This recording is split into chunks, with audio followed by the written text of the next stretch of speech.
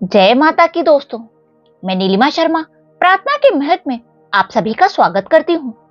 आज के हमारे इस वीडियो में मैं आपके लिए नवरात्रि के चौथे दिन सुनी जाने वाली माँ कूष्मांडा की कहानी लेकर आई हूँ। अगर आपको ये कहानी पसंद आए तो नीचे कमेंट बॉक्स में माता कूष्मांडा की जय अवश्य लिखें।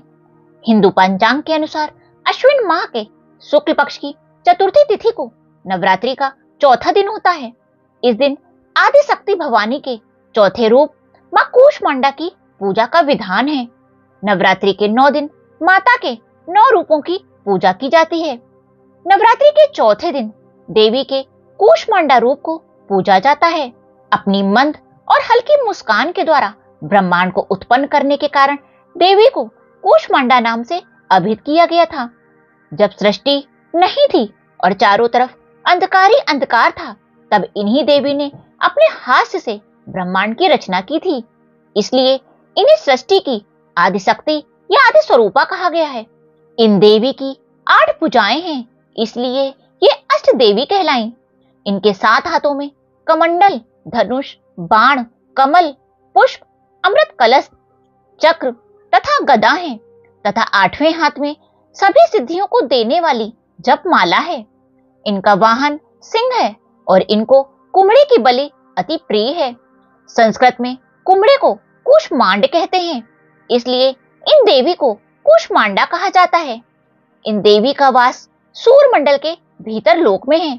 सूर्य लोक में रहने की क्षमता केवल इन्हीं में है, इसलिए इनके शरीर की कांति और प्रभा सूर्य की भांति दीप्तिमान है। इन्हीं के तेज से 10 दिशाएं अवलोकित हैं। ब्रह्मांड की सभी वस्तुओं और प्राणियों में इन्हीं का तेज व्याप्त है।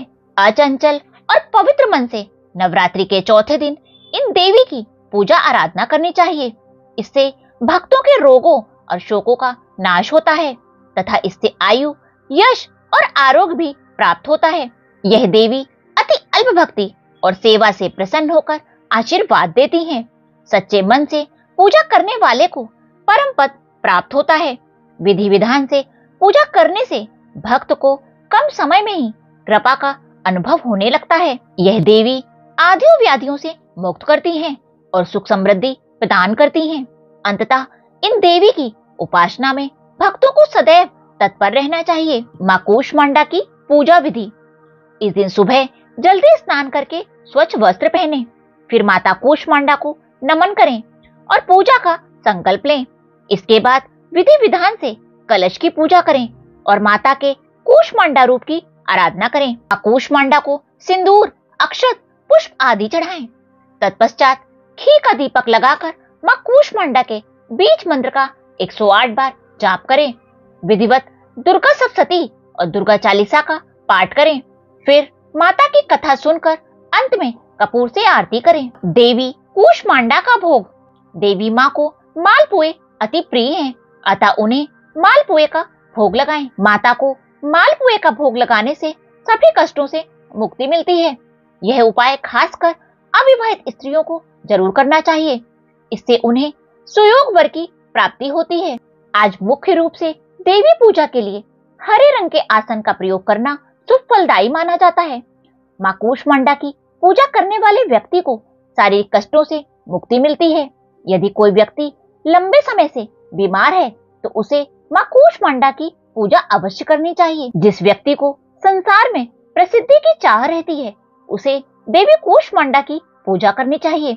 देवी की कृपा से उसे संसार में यश की प्राप्ति होगी। माँ कूष्मांडा में सृजन की अपार शक्ति है, इसलिए इन्हें जीवन प्रदान करने वाली माता कहा गया है।